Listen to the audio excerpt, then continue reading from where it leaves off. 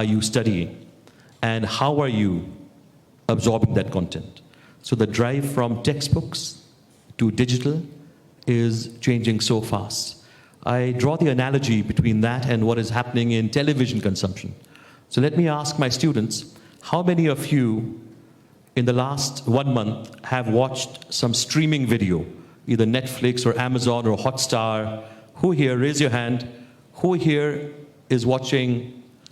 Yeah, so I think just even 1 year ago, the number may have been half that. So how we are interacting with technology to absorb content generally is changing overnight, and education is no different. And therefore, as all of you know, we at Amity are working very hard on reimagining education ourselves. Amity is one of the largest education groups in Asia, but now with a global footprint, we are dreaming of a tomorrow where every one of our students has an experience which is blended learning, which is combining online education. Already many of your lectures are recorded and put online. All of your content is also online. The way you interact with your faculty members and peers is online. So how do you create that seamless technological experience, which is combining best of class content, but also with the best in class pedagogical experience, utilizing technology as a catalyst and as an enabler? And that is one thing that we are pushing, not only from the perspective of online education, which is providing education throughout India and throughout the world. As many of you know, we are in 42 African countries through satellite technology and online technology, providing education to so many students around the world, but also within the universities, that how do you modify the experience of the student within the bricks and mortar campus to make it really a technological experience, which happens to be in bricks and mortar. And many of the online people are here. Avinashi, great, and all of you are working very hard to enable this. We are so proud of that. And I'll share with you, Mr. Fallon, that when Boris Johnson was at this university, he spent more than 6 hours here with us, and we took him to a broadcast studio at one of our centers, and we connected him to students in 18 African countries. And if I may use the word, it blew his mind. Because he said, when I woke up this morning, I never thought I would be in New Delhi addressing students in 18 African countries, and he gave a very impassioned talk to the African students about the merits of visiting and studying in the UK.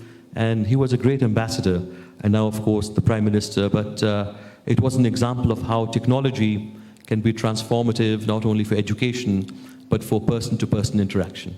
So, Mr. Fallon, we welcome you. We feel that with Amity and Pearson, there are so many natural points of collaboration and cooperation. We are so proud that today we are signing an agreement that with the Pearson Group, Amity will be exploring a number of avenues that we can work together on and help transform the world together for the better. But also I must say that after meeting you, Mr. Fallon, our ideas have become much broader. Because wherever we are beginning, I think there are probably 10x, if not more, areas that we can think more broadly. And in the short walk from the lounge to here, you have touched upon 2 or 3 points that would be very much worth exploring. And you will find that in Amity, there is a group here founded by a very visionary, innovative entrepreneur, Dr. Ashok Chauhan, our founder-president, who sends his regards to you, who from day one has said that Amity has to do things differently. We have to imbibe the best from the West and combine it with traditional Indian strengths and values, and that is really what Amity is based on. And we also welcome Mr. Vikas Singh, the Managing Director, looking after so many of the operations here in India and the Asian region, and also Varun Dhamija. Where are you, Varun? Yes, Varun, nice that you're here. I had met Varun many years ago at an airport, and we were running and talking education. And Mr. Jain is here. So Mr. Jain from PPP, we welcome you, and nice that you are also here, also a partner to the Pearson Group. Mr. Abhay Chauhan is one of our trustees, one of the very dynamic young people driving Amity forward, working also on a number of digital initiatives. And he will be signing today the MOU with Pearson, with the partners here. So with these brief words, Mr. Fallon, wonderful that you're here. We welcome you, and we look forward to a very bright future together.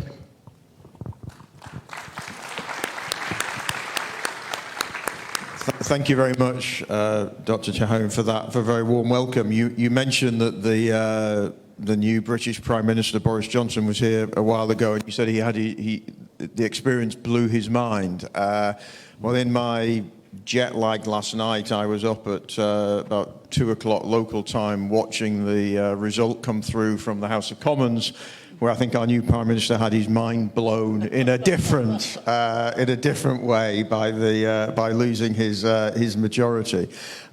We were talking earlier about how one of your newest members of the global campus that forms part of Amity University is in San Francisco. I spend a lot of time out in San Francisco and in Silicon Valley. And everybody there is looking to find the next unicorn.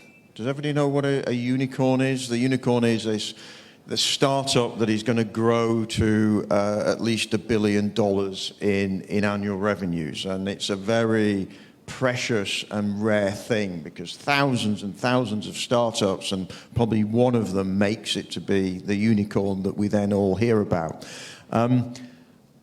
Pearson is, I don't know, I think we're a bird that's even rarer than a unicorn. I think we may be something a bit more like the phoenix that sort of rises again and again from the ashes, because next month, Pearson as a company will be 175 years old. And Pearson started as a small construction company. Samuel Pearson, who founded the company, actually began working as a laborer. He left school when he was 13 years of age, and he started working on a building site, and his first business was actually making the bricks that were then used on the building site. By the end of the 19th century, Pearson was one of the biggest construction companies in the world. It built, for example, the railroad tunnels under the Eastern Hudson Rivers in New York. It then owned Royal Doulton China and Chateau Latour Wine. It was one of the founders of British Airways. It was an energy company. It owned Penguin Publishing and Longman Publishing and the Financial Times and the Economist. And then 20 years ago, we decided we were going to focus completely and absolutely on education and learning. And the idea that just as that first industrial revolution that enabled the first generation of Pearson to grow was built around manual labor, this fourth industrial revolution was going to be built around the mind and freeing up the capability of all of us to make the most of our talent and ourselves was going to be crucial. And the reason I say that is because that meant, and Dr. Chahon referred to it, as a company we've had to constantly reinvent and relearn at an ever faster rate through everything that we do as this digital revolution unleashes itself around us. And for each of you who are just starting out on your careers, that's sort of what you're going to need to do. We can say with some confidence that by the time you all retire in 50, 60 years' time, you will probably have had 5 or 6 different careers. And what you probably will be doing then may not actually bear much relationship to the subject that you've studied here at university.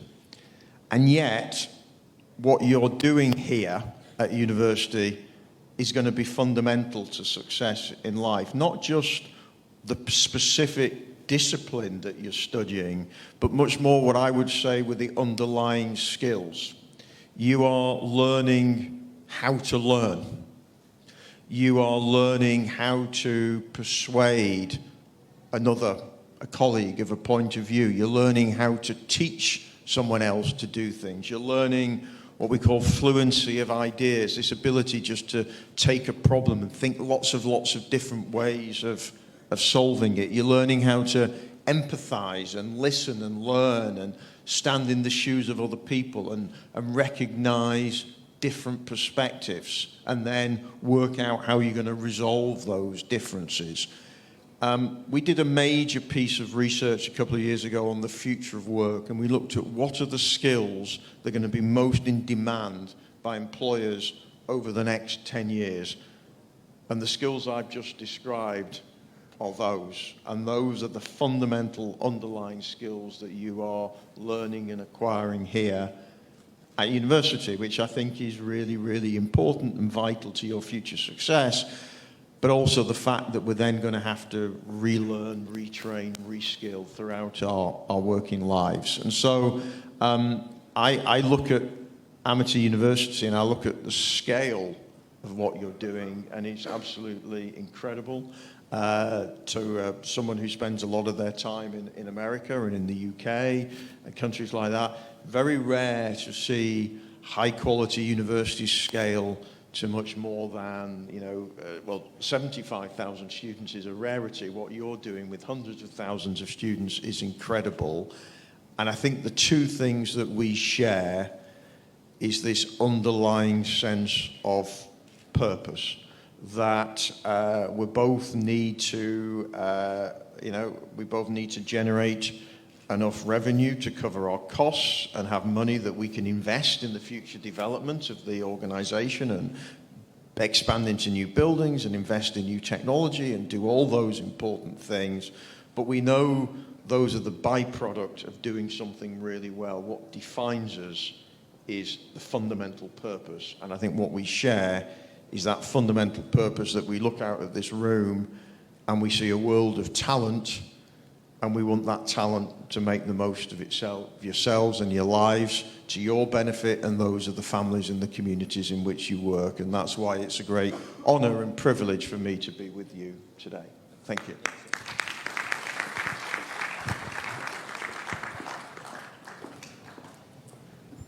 Thank you so much, Mr. Fallon. It was indeed a pleasure listening from you. And now we come to the next part of this event, which is the Fireside Chat with John Fallon. The house is now open for questions. I would request students and faculty members who would like to ask their questions to Mr. Fallon, please raise your hand. Identify yourself first and then kindly ask the question. I would also request the student with the mic to kindly take the mic to the student who is raising his hands, please.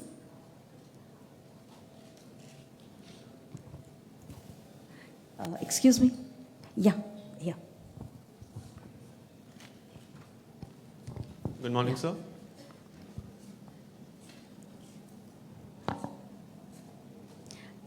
Good, how are you? My name is Jivesh, and currently I'm pursuing MBA.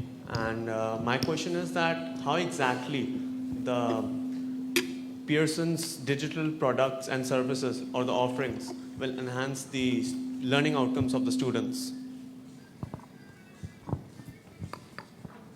A couple of ways. Let me give you a couple of examples of some things that we are working on at the moment. One of the most important courses that many students take around the world, particularly if they're studying engineering, is introductory calculus. And it's actually a course that large numbers of students, if students drop out of an engineering degree, the most common reason they drop out is they can't pass the calculus course. Obviously, there's a lot of, calculus is all about mathematics. For all the developments in technology over the last 20 years, one of the things we've discovered is the best way still for a human to solve a math problem, for most of us, is actually to get a piece of paper and a pen to write out the problem in longhand and then work it and solve it through. We have a new app which you can download to your iPhone, coming to the market in a couple of months' time, called Ada, A-I-D-A. It's named after Ada Lovelace, who was one of the pioneers of computer engineering way back in the 19th century. And what the app will enable you to do is work out the problem in longhand, take out your phone, take a picture of your answer, send it to the Pearson machine, and in 5 seconds it will translate your handwriting into text, mark your answer. So maybe there were 7 steps in the problem. Not just did you get the right answer at the end of 7 steps, but maybe you got the first 3 steps right, but you had a problem with step 4. Was that problem you got your computation wrong, or had you misunderstood a concept? And then it will link you back to, here's a virtual tutor who can help you understand that problem, or here's a little video to look at, or here's a little bit of content that will help you. There are there's over 100 different concepts that you need to master in a introductory calculus course. And if somebody far more qualified than me was teaching that course to a group of this size, you have to teach those concepts in a very linear way, a bit like you would see in the scope and sequence of a textbook. But the mind is non-linear. But my mind is non-linear in a different way that Vikas's mind is non-linear. So what this app enables us to do is then personalize that teaching and learning directly to you. And then there's a feedback loop to your professor that says, here's what you've done well, here's what the challenges are, here's what some of the insights and lessons learned from it are. So that's one example. I think secondly is, particularly if we're all going to be, so that's at one end of the extreme, that's a very sort of specific example. Then I think a much bigger point would be this: if we're all going to have to be constantly relearning, retraining, reskilling, developing new capabilities, and as we work through our careers, we'll get jobs, we'll have families, we'll have other responsibilities. It won't always be possible for us to come and study full-time at a fantastic campus like this. And maybe we want to study in the evening or early in the morning, or we want to study in our daily commutes on the metro, or we want to study whilst we're actually working. If we come across a problem, we want to be able to resolve the issue there and then, or learn actually sort of on the job. And so this is where this whole power of online learning, that we take everything that you do at a fantastic university like this and make it a purely online experience, available anytime, anywhere, very high quality, but very personal and very direct. That could be a short course that is stackable and shareable, so you can take different courses from different institutions, but then bundle in something into that's something that an employer recognizes has real sort of value. So I think the two extremes: one that is very, very specific about a very specific course, and second, which is this much bigger opportunity to democratize high quality education and make it available at any point, any time, anywhere in the world to anybody right at the moment they need it, I think is potentially transformational. So, thank you. Thank you, sir. Students, next question. Yes, please. The mic.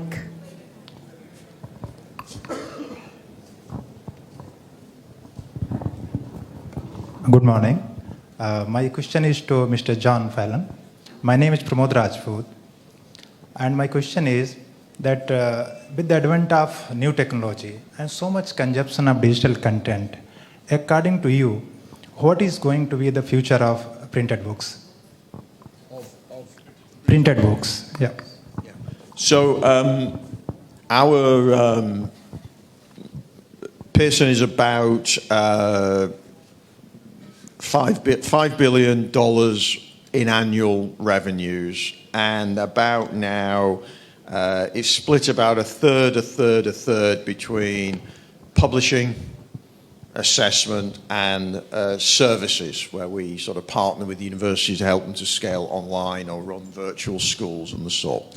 And of the sort of the publishing element, probably now over half of those publishing revenues are purely digital. So we're still, if you do the maths, that means we're still selling, getting on for $1 billion worth of physical textbooks a year. That is declining each year as the digital grows. And so it becomes less important to the future of the company, but it still has an important part to play. And there are some circumstances where students still prefer a physical textbook. I think particularly at K-12, at the, in primary and secondary school, there's still an important role for physical textbooks. And so we will continue to publish physical textbooks and make them available for as long as people want them, which I think will probably be for many years to come. But in terms of the way we create those digital products, we flip very much to a sort of a digital first way. So now when we are, I think we're in the 12th edition of Philip Kotler's Marketing. It's the best-selling marketing textbook in the world. There won't be a 13th edition of Kotler's Marketing because it will become a digital-first product. But what it will be is, Kotler's Marketing 2020 version 1, version 2. Think of it like if you play a game, FIFA 18, FIFA 19, FIFA 20, you can continuously update as the body of knowledge changes. New case studies, new concepts, new scientific breakthroughs.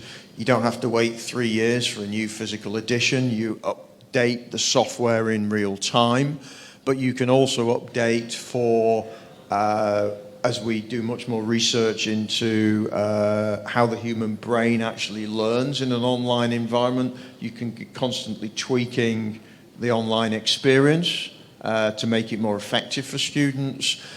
Things like the Ada app, that technology that we're starting with calculus will in time become ubiquitous across all disciplines. You can just upgrade constantly. So it becomes much more like a software as a service type model rather than you publish a new textbook every 3 years. So it makes for a much better user experience. And also, frankly, in America, where the tradition was textbooks that could cost up to $200, $300, it also frankly enables us to charge much less. So the price points become much lower, as low as $20, $30 for an e-text. Which is obviously very important to a generation that has grown up with. You made the point about how many's downloaded or streamed a video. This is the Spotify generation, the Netflix generation. People are used to renting rather than owning. They want to subscribe. So digital both changes our business model as well as enabling us to offer a much better learning experience, but there's still a role for the physical book, and it will be there for, I think, some years to come. Does that make sense? Thank you very much. Next question, please. Hi, good morning. My name is Pallavi. I am from the School of Communication and Journalism. So it's very interesting because India has a very interesting demographic divide. You have issues of access, you have issues where, there are the economically underprivileged, and you have a telephone market which has exploded over the past 1 decade. So how does Pearson plan to address this interesting market that India is? Very good question, and I think your point about access and about very wide economic disparities is actually sort of one of the reasons why I think textbooks could actually have an important role for many years to come, because it's one way that, for example, a government can ensure that even in the poorest and most rural areas where technology may still not be what it needs to be, you can be confident that there's a high quality book there with a curriculum and that there's a body of knowledge there in a very affordable way. On the question of what does Pearson do in India, I think I'm listening and learning rather than telling. I think there's a lot more I can learn from Dr. Chauhan about how we can do a better job in India, because clearly, Pearson's biggest businesses around the world are in places like the US, the UK, Australia, Canada. We have been involved in India for many years. But the scale and size of our business here, frankly, given what we do elsewhere in the world, is still relatively small.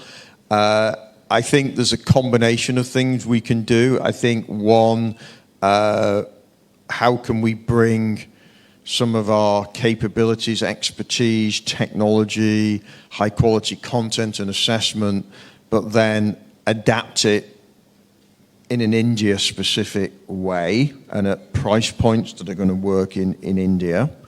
There's also a lot of great innovation that's been done by our local team here in India. You may have seen the explosive growth of the Pearson Test of English over the last few years, which we are very proud of as being the best measure of English language attainment that exists in the market, and it's a digital-first test, makes a lot of use of machine learning, but we then adapted the experience in India. We developed a new product called MePro, which I saw firsthand this morning, which again is a online adaptive tool that enables you to practice all 4 skills and get very personal and direct feedback to you. So that's a great example of taking our worldwide capabilities and expertise, but then using Indian innovation and ingenuity to sort of adapt them. The other point I'd make is that India is actually for Pearson now a major source of innovation beyond what we do here in the country. So we've just launched last week our first new products on something called we call the Global Learning Platform. That's its working title. We'll be launching it commercially in the next few weeks. It will have a brand name when we do. And think of it a bit like what Amazon Web Services or Azure is doing for cloud-based computing. What this will enable anybody involved in education anywhere in the world to ingest any education-related content that's been created in any format, print, video, scrap of paper, whatever it is, and render it in a mobile-first way with a fantastic user experience, highly secure, highly adaptive, lots of personalized feedback. That's been a collaborative effort between Pearson teams in San Francisco, Boston, Denver, but also working with a big development team actually here in Noida, partly employed by Pearson, partly working for a partner of ours called Global Logic. And interestingly, as we work with companies like Global Logic and many other major Indian-based technology companies, we're also talking with them about how we practice what we preach. The phrase that's often used in Silicon Valley is, eat your own dog food. I prefer the phrase drink your own champagne. But it's the same idea that you take what you create and use it yourself. So how do we really make ourselves learning organizations? You look at the great success that Microsoft have had under its new leader. One of the big things that said he's changed it from a knowing organization to a learning organization. And so a big thing that we're doing working with a lot of companies here in India is how do we become learning organizations ourselves and design learning right into the heart of what we do. So those are some of the things that we're doing. But as I say, I look in awe at what Amity has done and the way that it has scaled high-quality education. And so I'm here at least as much to listen and learn as I am to tell or to teach. So on that, maybe I could ask you a question. What advice would you have for us? What would you like to see us doing in India? What do you see as the big challenges of India? This is a reverse Fireside chat. You noticed what I did then, but I hope you don't mind me asking, Dr. Chahan. I thought I was going to relax, but okay, Ms. Fan, you put me on the spot. I think, Pallaviji, your question was a good one, wonderfully answered by Mr. Fallon, and just in 10-15 minutes of interacting with Mr. Fallon earlier, I'll tell my students, I could see so many things Pearson is focusing on that will have a tremendous impact on the world, global education. So at the moment, 60% of Pearson top line may be coming from the US, but I think in times to come, I think all of Asia will also be transformed by a lot of what Pearson is doing. And a few things that I think that India can benefit from.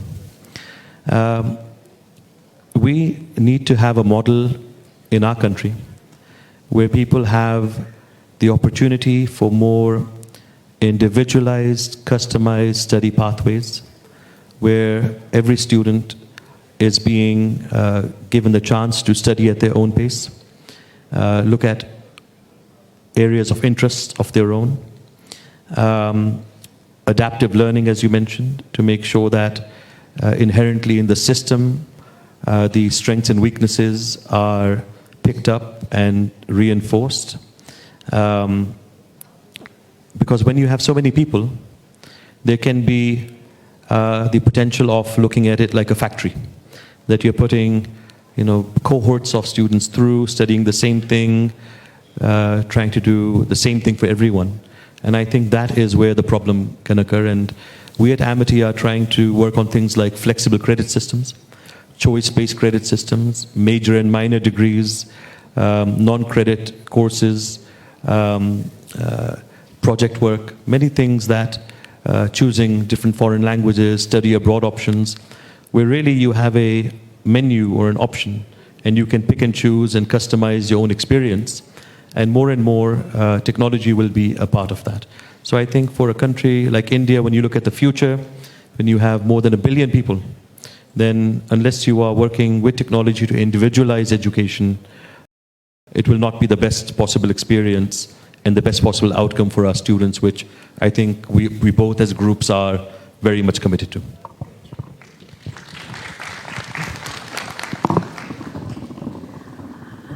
We understand that a lot of students have many questions and they would really love to ask those questions to Mr. Fallon.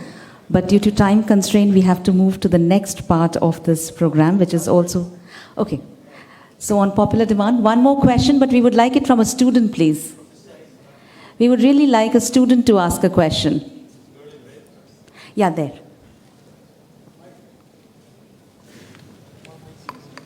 Student, please take a... Good morning. My name is Nandini and I'm doing mass communication. My question to you is, being career oriented, we need to gain a lot of practical knowledge that we have to do at workplace. So how does Pearson will help us to gain that practical knowledge?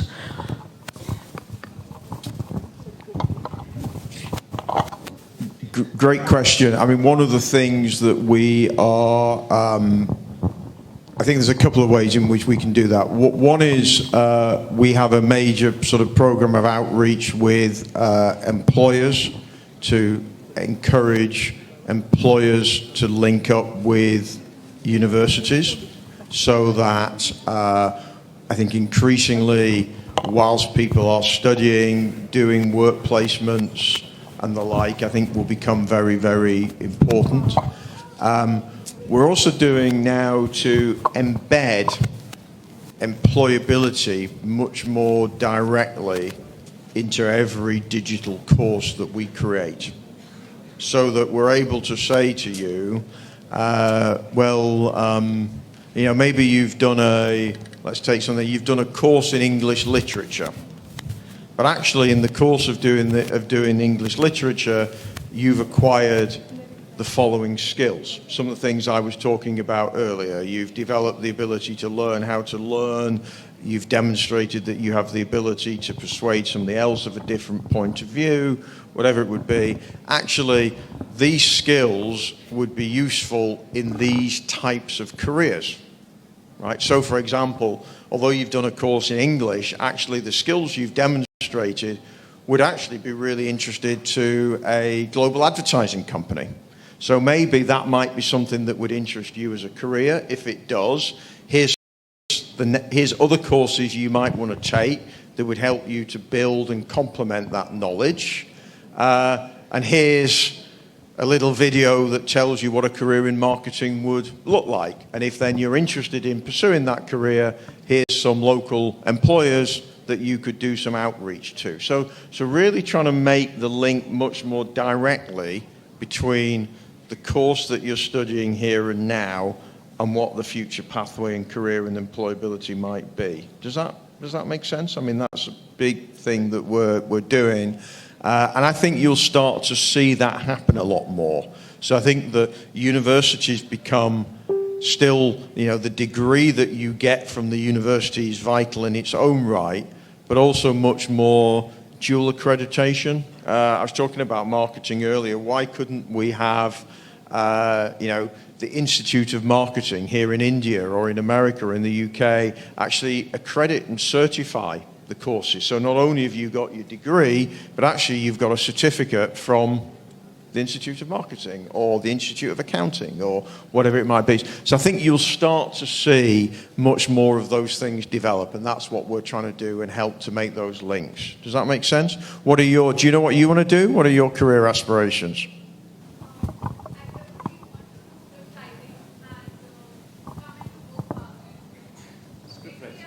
Scriptwriter.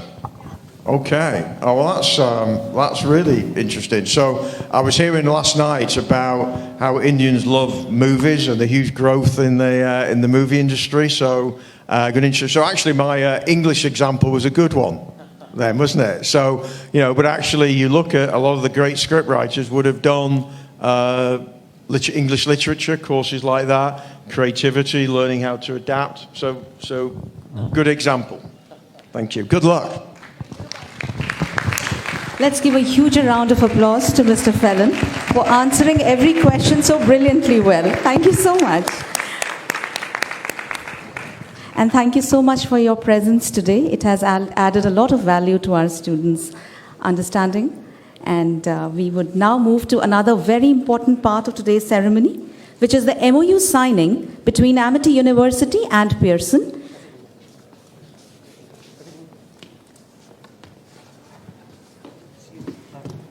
And we are sure that this MOU signing, after the MOU signing, it would add a lot of value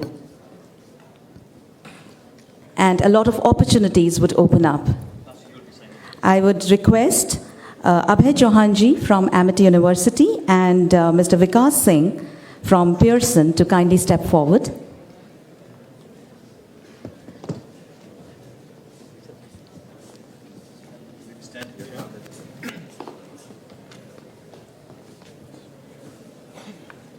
What you are witnessing here today, students, is a history being made and holds a lot of importance.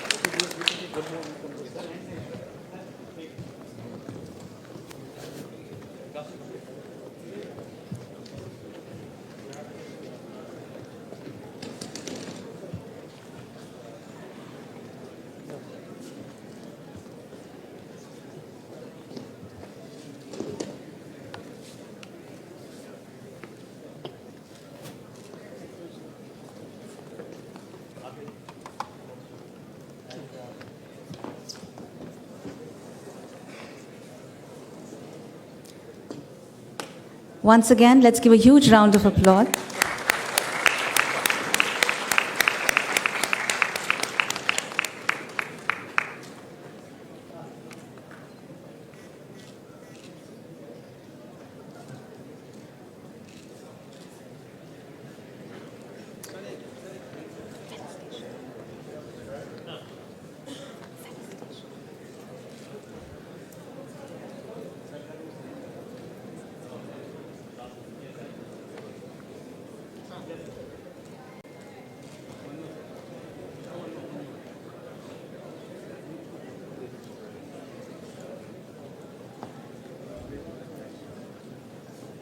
It has been an ultimate pleasure to welcome Mr. Fallon and his entire team from Pearson today at Amity University campus. And as a token of our immense appreciation and gratitude, we would like to felicitate Mr. Fallon. And may I request Dr. Asim Chauhan to kindly felicitate Mr. John Fallon.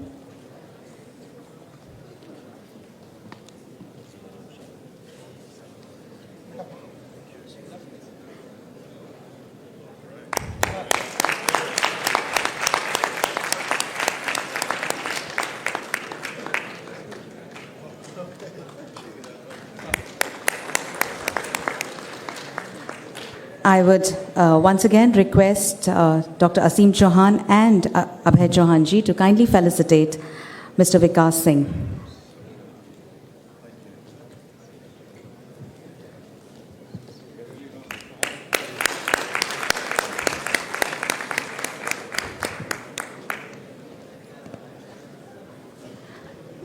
Thank you so much, sir, for your presence today at Amity campus. And with this, we come to the end of this event.